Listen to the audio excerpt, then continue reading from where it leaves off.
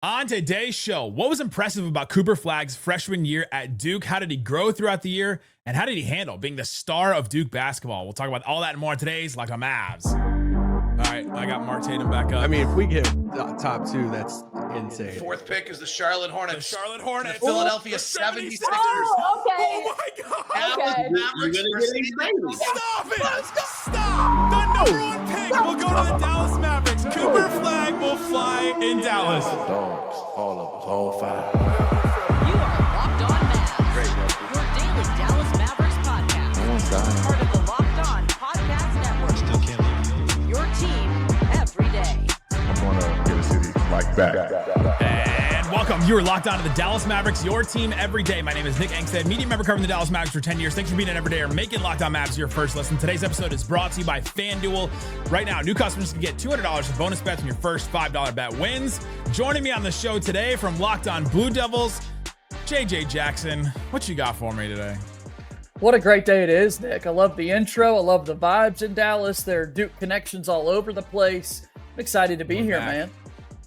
We're back. It was great the day after the lottery for a million different reasons. Obviously, you could hear the excitement in my voice in the intro, but it was great seeing Duke post all the different like photoshops of Kyrie, Lively, and Flagg all together, like on different banners and screens and stuff like that. It was cool to see Duke get in on it. Yeah, no, Duke Socials has been incredible my entire life. They're proudly promoting all the impressions that they're able to get year by year. And you got the guys at the NBA level. That's what you want to sell if you're Duke basketball. Like, we can get you to the next. And so, yeah, add Cooper Flagg to the list of top picks. Yeah, absolutely. So we will talk to JJ. He followed Cooper Flagg all throughout his freshman year, obviously watched all the games. He hosts Locked On Blue Devils, a daily show that covers Duke basketball. And so if you are interested in, I don't know, you guys are getting a Boozer twinners, like what are you looking at now for Duke? You just number one recruiting class walks out the door, another one comes in. And so that's we're turning it over, doing it next year with the Boozer twins. Yeah, so if you're interested in any of that, go check out Locked On Blue Devils, anywhere you can get podcasts, anywhere you can get this show.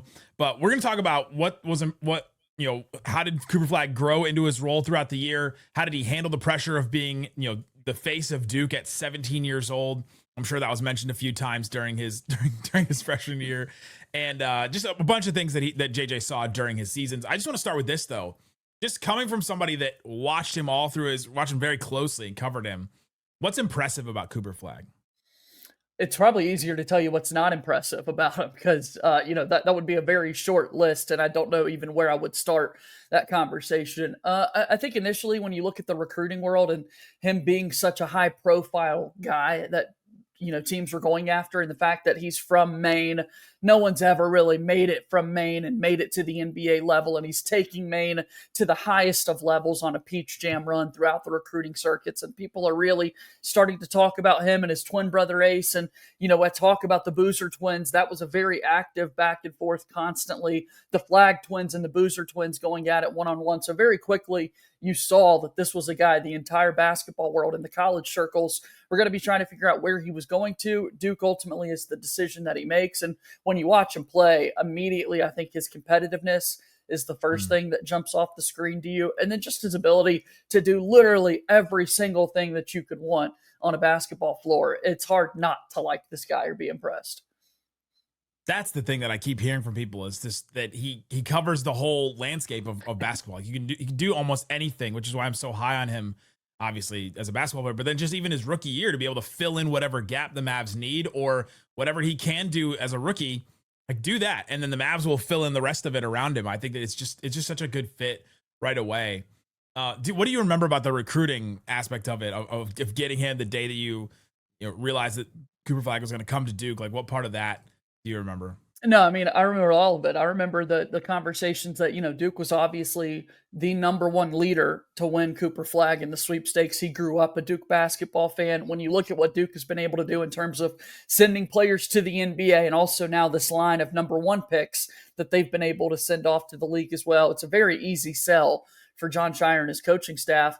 I remember, Nick, that at one time it was thought that both Cam Boozer and Cooper Flagg, the top two players in the class of 2025, were going to end up at Duke. And then after that Peach Jam run, we learned that that's not really the timeline Cooper Flagg wanted to have. He wanted kind of his own year at Duke, and so he makes the decision to reclass a year early so they can all be on their own paths and make the decision to recruit immediately after that. AJ DeBanza made a decision to jump up a class. That's kind of the world of college recruiting that we're in right now.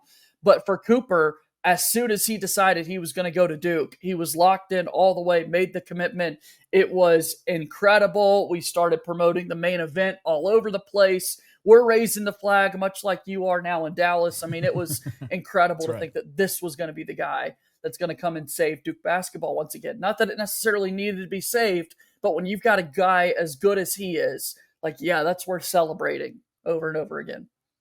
It's wild. It's wild every time I talk to a Locked On college host. Like if I talk to our Auburn host, Zach Blackerby, about like, you're waiting on the decision of a 17-year-old, like to change the life of your program or to like make this decision. Like they're going to English and you're like waiting for them to make their recruiting decision. It is just so wild. Zach one time was like, yeah, I was DMing this player and he was like, hold on, I got to go take an English exam and then I'll respond to this. It's the life we live, man. It's like school first. It's such a different world. They're student athletes. One of the that's so funny. Well, one of the things I heard about Cooper Flagg when he chose Duke was that Jon Scheyer actually like was critiquing parts of his game. What did you see from Flagg as far as the wanting to get better? And did you hear any stories like that during his recruitment definitely. or even throughout the year? That's one of the things that Jon Scheyer and his staff immediately want to talk about is that when you have the number one recruiting class every single year, you could think that, it's going to be easy to come in and make an impact right away. That's not always the case for these players and for Jon Scheyer in his recruiting process. Let me critique your game. Let me motivate you a little bit more. I'm already here. You clearly want to play for the program, but this is what we're going to be able to do to help you get better. And so for a guy like Cooper Flagg, who then took that on as a challenge himself and left his hometown up in Maine to go to Montverde to play on a much larger national schedule, wins a national championship in high school, and then is able to continue to build on this by going to Duke. I mean, that was really big in what Scheyer was doing in the recruiting process, was finding different ways to challenge him early on. What were the reasons he chose Duke? And did you ever get a non-canned media trained answer from Cooper Flagg? Because, man, it feels like every interview, he knows exactly what to say. No, he's definitely a pro. He's definitely there. I truly do believe that it was simply that, he loved Duke basketball growing up. He really liked the program. He liked the guys that he was around in his recruiting circles. Somebody like Jason Tatum was really close to him. And that has been something great that Duke's been able to rely on, are all these premier players that are already at the next level that you're able to connect with and relate. They call it the brotherhood for a reason. I know Jason Tatum was really involved in his recruitment, and that was a big thing for Cooper Flagg to be able to pick his brain and kind of learn from him along the way. And then a guy much closer in age to him that Cooper Flagg got to know throughout the AAU world and then on visits to Duke and that sort of thing was Paulo Banchero. Another guy that had this, great year, led Duke to the Final Four, became the number one overall pick. And so there were guys your age that we can point to right away that can help you get there. And then not to mention Duke had Grant Hill in the room to help with some of those conversations. Grant Hill running USA basketball sets up an opportunity for this high school guy before he ever even plays a game of college basketball to go and work with Team USA ahead of the Paris Olympics. Like, all of that is a big reason why he wanted to play at Duke. Hearing all the NBA players talk about how Cooper Flagg played at that Team USA scrimmage was just insane. Was there one that stood out to you? Just Anthony Davis. And now thinking about the connection that's going to be there with him being on the same team, and a couple of like pull-up jumpers that he's got right there with AD. He's going on the baseline and making plays, finishing around the rim. I thought that his dad, after the scrimmage in particular, Cooper's dad, that is, was really funny, talking about the fact that, Cooper was really nervous going into a workout like that. And his dad basically told him, it's just basketball, go out there and do it. Reporters came to talk to his dad after the fact of the scrimmage. And his dad basically said, I think he's going to be okay in college basketball. I think he at least proved that today, that this guy's going to be fine in the college game. He was right, by the way. Imagine your dad telling you, hey, you're going to play against the best players in the world. It was like Anthony Davis, Drew Holiday, like Steph Curry. You're like, it's just basketball, man. Like, it's just the same. Like, I don't know, man. This is like the highest level basketball players that exist out there. Yeah.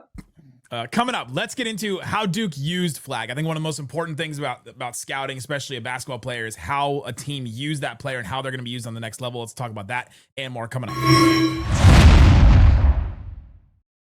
Today's episode of Locked On Mavs brought to you by FanDuel. Right now, FanDuel has all kinds of ways you can get in on the action and check out. I'm sure they have college futures if you're really into college basketball. But right now, we got the NBA playoffs going right now, the Eastern Conference Finals. After the Pacers had that insane game against the Knicks, Pacers are minus 166 to win the series. I feel like that went up from last night, so maybe we got some more money on the Knicks. People overreacting. Pacers are now plus 500 to win the title now. They are the favorites ahead of the Knicks, obviously, and then the Thunder are minus 230 to win the title. All kinds of great stuff like that. Go check it out on FanDuel. If you're new to FanDuel, it's the perfect time to sign up. Head to FanDuel.com. Place your first $5 bet. If that one wins, you get $200 in bonus bets. Make every moment more with FanDuel, official sports betting partner of the NBA. Shut it down! Let's go home! Thanks for hanging out with us on Locked On Mavs, being part of the show, part of what we call the Raccoon Squad. That's our listeners. We appreciate each and every one of you for checking out the show. Subscribe to the text line if you want to get alerts on rumors and all kinds of stuff like that. 214-643-8637. Thanks for shaking your head along with that, JJ, to get the people to subscribe to the text. I love it. We're here with JJ Jackson from Locked On Blue Devils. How did Duke use Cooper Flagg? Let's just start on offense, or let's just start with like position, offense, because I think the context of how a player gets used in college matters so much. You have these certain players that they're used in one way, and then in the NBA, they might be something completely different. So how did they use Flagg just on offense?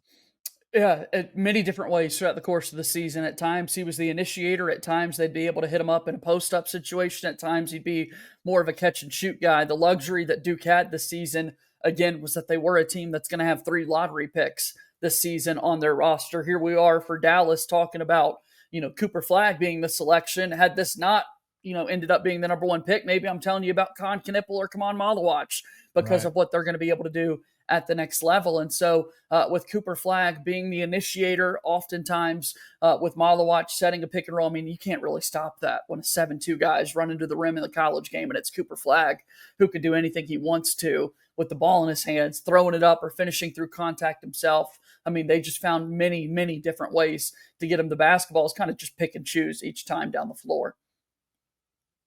When you had a Cooper Flagg, like Malawach pick and roll, how often did you see that, and what kind of came from a lot of those plays? Yeah, no, you saw that definitely a good bit. I mean, it was something that Duke would go to late in the shot clock when they needed to get a good look. If Flagg had the ball out at the top of his key, because Duke had so many great shooters around him as well. Cooper Flagg led Duke in every statistical category throughout the season, which is just really unheard of in a college game when you're talking about 40 minutes up and down the floor. But he led him in points, rebounds, steals, assists, blocks, everything. And so for him to be able to know that I've got the screen and roll with Malawach, he's going to be available at the rim at 7-2, or I've got Knipple out on the wing. I've got Tyrese Proctor, who's shooting at greater than 40%.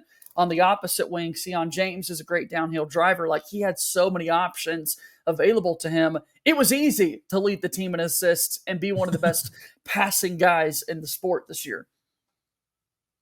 That's going to be an interesting part of his first season, especially early on with the Mavericks, with Kyrie out for at least a little while in the season. It's going to be interesting to see how they use Cooper Flagg as an initiator. And so hearing those kind of things, like hearing him run a pick and roll with a 7-2 center, he's got Anthony Davis and now Dereck Lively and Daniel Gafford. And like that, it's something he's probably going to be asked to do a lot this year. So that to me is very interesting. What about his role? Oh, go ahead. No, I was just going to say the fact that he's got so many options to share the ball with. And then you mentioned everybody that is going to walk in and join this Dallas Mavericks team. Like, it's going to be really fun to see. Yeah. What was his role on defense? Did you see him as a point of attack defender, as a help defender? Was he tasked with guarding the best perimeter player? Like, what did they ask him to do? I hate that people might think I'm just a copy and paste guy here, Nick, but it was a whole lot of just everything. Like, whatever you asked this guy to do, he was able to do that. Going into the year, so many people were talking about his defensive ability, that just watching him play high school basketball, it wasn't fair, because no matter if he was guarding his own man or if he was playing help defense, like, the ball was going to be altered at the rim. It was going to be swatted away because Cooper Flagg was just going to cover so much ground. And right away, immediately, first game of the season that Duke has, they're playing Maine. What a fun dynamic that is, to bring the Wow. Maine Bears down to play Duke for the first game of the year. And a couple of possessions in, he's got a knockaway already at the rim. And it was just something that he did throughout the entire season as a defender. I thought his ability to even get up and push pressure and play the passing lanes was really dynamic and special, and something I don't think that Duke necessarily thought he would be as good at that quickly. But that was really impressive too. Yeah. Were they surprised by how good Cooper Flagg was early on? All throughout the year. I mean, it was just like Coach Shire would continuously talk about how no moment fazed him. Like, he was ready for any challenge. He was ready to take over. Late in the year, or early in the year, I should say, late in games, Duke lost a couple against Kansas and Kentucky, where Cooper Flagg was dealing with some cramping issues and had some turnovers late in the game that cost Duke the game. But there was not a single doubt of doubting the decision to put the ball in his hands, for him to make the play, for him to come up big time. And throughout the course of the year, he was able to turn that around and go out there and win some games for Duke. It's kind of hilarious going back and watching some of these Cooper Flagg games, because the announcers are, especially early in the season, they're like, he's just 17 years old. I feel like they say that every single possession. It's like them saying Shai Gilgeous-Alexander, Nickeil Alexander-Walker are cousins, like in the Western Conference Finals right now. How did Flagg handle the pressure of being the face of Duke at 17? Like you said, he reclassified. He came in super young. Wasn't he? I think he was like the second youngest player in college basketball this year, right? Yeah, no, absolutely. I think kind of what we're talking about with it feels like there are a bunch of canned answers. That would be probably where you saw that the most. To him, he, this is my everyday life. I am 17. So what? I'm just out here playing basketball. Like, I don't think it's that big of a deal to be doing the things that I'm doing. But then December 21st came along. He turns 18. We can stop that narrative.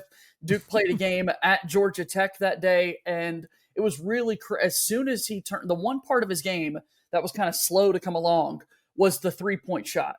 And as soon as he turned 18 years old, it's like he figured it out all of a sudden. In the second half of the season, he was greater than 40% shooting from 3-point range. So even the one area where you could kind of point to, and it's like 30, not ideal. And then it's like, okay, I'll turn 18 years old, and all of a sudden I figured out how to shoot the 3 ball. And it was kind of crazy how that it winded up that way. Was there anything that led to his 3-point shot improving, do you think? Or was it literally just he woke up one day and just said, all right, I'm just going to shoot really well now? Because he shot 38%. And I heard that as a question for him all throughout the year. And then all of a sudden at the end of the year, you go, oh my gosh, he's like actually a really good 3-point shooter by percentage. I think it was just the work that he put in. That's what Duke kept talking about throughout the season. Like, you couldn't get this guy out of the gym. If you go back and watch his high school highlights, which are really entertaining to go back and do. I love doing that with these guys that are just clearly so good at basketball. And you've got future just everydayers out there walking around and playing in these games. It's so obvious this guy's going to be the NBA player. If you go back and watch those, his shot looks so different form-wise to what it does today. Like, it just looked real clunky compared to what Duke's been able to do, putting the work in with him. And he just wanted to make it be a better part of his game. And so that was really big for him to do. Going back to how they used him, do you think they ever misused him in any way at Duke? Or is it possible? It's really hard to get there for me to kind of to criticize the way that they use the best player in the sport. I mean, there was this ongoing debate throughout the year if it's Cooper Flagg or Janai Broome at Auburn for National Player of the Year. And it was just so obvious with what Cooper's able to do in every area of the game that he's the best player in the sport. Let's give him all the National Player of the Year awards. I'm glad they ultimately got that right. And so, yeah, when I look at how Duke used him this year, I don't know that I would have changed anything, man, because it was truly incredible. Yeah, the Janai Broome stuff is going to be fascinating how that goes forward, because I'm not sure he's going to be, I'm not sure where he's going to get drafted, or if he is going to get drafted in the first round. And yeah, that's going to be an interesting comparison. Yeah. We have that debate all the time, you know, how these college guys that are so great, but obviously don't have the hype in NBA circles. Yeah. How do you really compare the two? And for me, I guess this is the Duke in me, seeing all the Duke guys ultimately ending up at the next level and in the NBA. It's like, clearly, if people want this guy at the next level, he's the best player. Let's make sure that he's recognized with those awards, with everything that he's doing. Cooper Flagg did that. Coming up, let's talk about Dereck Lively and Cooper Flagg a little bit. Two Dukies coming together. Let's talk about how they're going to play together, and then his competitive streak. Did it ever cost Duke throughout the year? We'll talk about that in more.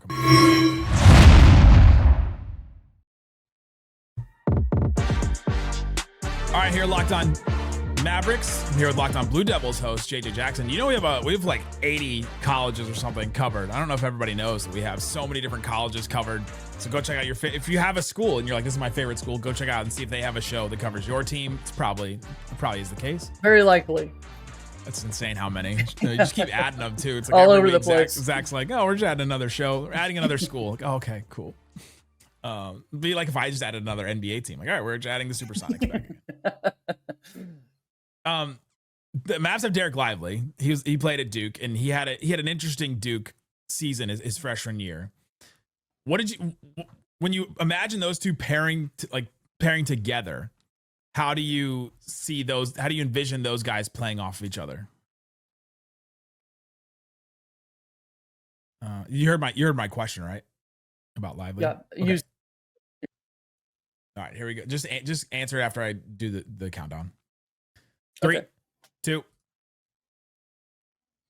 I'm so excited thinking about the pairing of Cooper Flagg and Dereck Lively together out there on the floor. I mentioned Common Malawach on this past year's Duke team. If basketball junkies out there want some good content, there's a video that Duke put out this offseason of Dereck Lively coming back to campus and going through an entire workout with Malawach. Like, really impressive stuff that they're both mic'd up. They're both going through various drills. Lively's kind of teaching a future Duke center in the NBA what it's going to take, how to be successful in the college game. And I can't help but go back to that in my head right now, thinking about Cooper Flagg learning what Lively had said about pairing with Malawach, and now just being able to do that himself as the guy catching the lobs at the rim and being able to help him in defensive coverages on the help side and that sort of thing. So the fact that those two guys are going to end up as teammates, not to mention Kyrie Irving, Duke going everywhere in Dallas, like, that's going to be so much fun, man. I'm so excited for that part of it. Yeah, that pairing is going to be very interesting because that's the future of the Mavericks now. It's Cooper Flagg and it's Dereck Lively who are going to be. I did a crazy episode recently where I went through like the next 10 years for Cooper Flagg, like what that looks like when that next contract comes, when Anthony Davis and Kyrie's contracts run out, things like that. And I was like, and here's Lively growing right with him, like right alongside him. It's going to be fascinating to see those guys play together. And I think they fit so well. You mentioned how he plays off of Malawach and how he was able to run pick and rolls with him. The defense between those two is just going to be insane as well.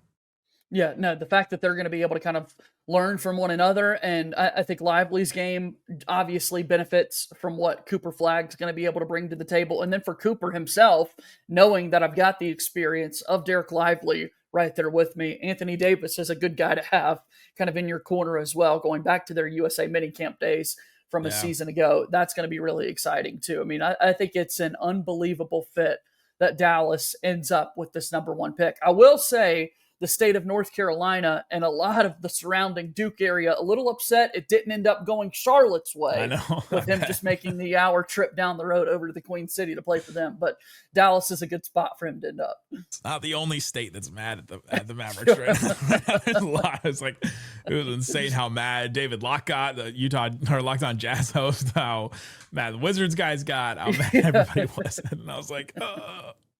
Another good thing happened to the Mavericks. Raise the flag, man. Raise the flag. You mentioned Cooper Flagg's competitive streak. We've seen a bunch of clips of him calling out, like the VJ Edgecombe clip of him calling him out is just awesome. How did you see that benefit or cost Duke throughout the year? Really didn't see it cost them in any area. I think if anything, it did benefit them. I think if anything, it brought kind of his teammates along with him. You know, hey, if this is our best player, Cooper, who's out there running his mouth, trying to hype us up a little bit, like, let's follow his lead. Clearly, I think that ended up being just such a great thing for this Duke basketball team. They had a run in ACC play where Duke won 7, 8, 9 games in a row by 20 plus points. I mean, it just was not competitive. It was a down year in the ACC. And in some ways, John Shire kept talking about, I really don't want my team to start to sleepwalk through the season. And then after the game, they'd win by 20, and he'd immediately go to, well, yeah, Cooper got them ready to go. They were ready to play. We were fired up for this one. I think that was kind of the big thing where you realize every single night it means something for the opposition to beat Duke, especially when they've got Cooper Flagg, who's all over the highlights. He's everywhere. That's the only thing people are talking about. He's the reason the gym is sold out tonight. He's going to put on a show for these people, and he's going to make sure his team's ready to play. Did you see that role from Cooper Flagg as a vocal leader, or was it just lead by example where he was screaming at guys that he was playing against, and so everybody just followed along? Like, how did you see that role play out? Him getting them ready? A little of both. I don't think he was as vocal of a leader as I've seen at Duke and at the college game, but when he needed to be, he definitely was. I think the majority of it was he's putting forth the most effort here against a game or a team that were winning by so much. I think Con Knipple, who's going to be a top 10 pick alongside Cooper Flagg, is just as competitive as he is. And that is one of the number one friendships that Cooper has talked about, that he's so excited to carry on for the rest of his life. And they kept talking after the games about just the competitive rivalry they had themselves. Cooper wanted to be just as dynamic of a three-point shooter as Con Knipple was. Let's try to find ways to be competitive with one another within practice, within a game, and that sort of thing. So I think that is where the competitiveness came from. When he needed to find a motivator, he would just kind of look in the locker room around him and find a teammate. Is Cooper Flagg the best freshman that's ever played at Duke? You mentioned a couple of good ones. Paolo Banchero, obviously. Marvin Bagley had an incredible season that year at Duke. Is he the best one? He is. Yeah. I think that was something that we talked about throughout the course of the year, is like, is this guy going to ultimately leave an imprint on Duke basketball by being the best freshman ever? And when you look at every single thing he was able to do, I mentioned leading Duke in every statistical category throughout the season, going and being 19-1 in ACC games that had never been done before in the 20-game schedule. No team had ever won more than 17 conference games. Duke won 19, winning the ACC regular season, winning the ACC tournament, leading them all the way to the Final Four, and then winning all of the National Player of the Year awards that had never been done by a Duke freshman before. He definitely has done that. I think when you look at the closest, it would be what Zion Williamson was able to do back in 2019. But some of those individual things and the team success that Cooper had this year kind of puts him a step beyond Zion. Here we are, 20 plus minutes into this thing. I haven't mentioned Zion once, but there's another guy that Duke's been able to point to in their long line of premier players. Yeah, talk about filling arenas and talking about a guy that made a huge impact. How did you see Cooper Flagg react or respond to missing that shot? Because that's the most visible thing he probably did last year that came up a bunch. And I see it in comment sections now, like, oh, he missed the shot. That's the number one pick. That's the guy you're going to get, is the guy that missed that shot in the Final Four. But how'd you see him respond to that? If you're seeing it, I promise you I'm seeing it, because it's everywhere. I want to look away at all places, Nick. But for Cooper, I think he just carried on. Like, he understood immediately after the game, said that was the shot he was looking for, understands basketball is a hard game at the end of the day, and sometimes they go in and sometimes they don't. Duke wants to live with that shot each and every day. That's the look that they wanted to have when the season was on the line, was putting the ball in number 2 Cooper Flagg's hands. And ultimately, it just didn't go down in that moment. I know that it still eats at him. I know that it still eats at Coach John Shire, that this was a team that did not win the national championship when it felt like all season the stars were aligning for that to be the case. But yeah, man, that shot still bothers him to this day, I'm sure. It's JJ Jackson of Locked On Blue Devils. Thanks so much for hanging out with us. We'll have lots of other shows all throughout the week and the weekend. We'll do extra shows, bonus shows. And like I said, wherever you get your podcasts, you can listen to Locked On Blue Devils all over the place. Guys, thanks for hanging out with us on Locked On Mavs. Peace out. Boom. Flying the flag. Guess we're flying the flag now.